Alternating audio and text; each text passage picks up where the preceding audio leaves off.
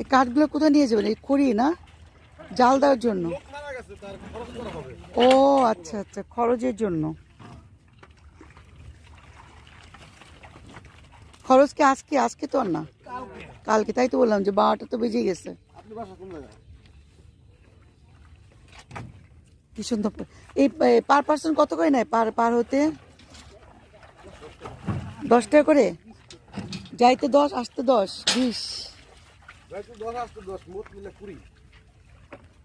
চাচি কই যান?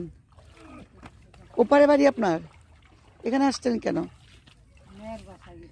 ওরে বাবা, তুমি মেয়ের বাসায় তাড়াতাড়ি আসলেন কেন? খাওয়া দাওয়া করে মেয়ের জামা ছেড়ে দিল আপনাকে? হ্যাঁ হ্যাঁ, দিনে 4-5 বার।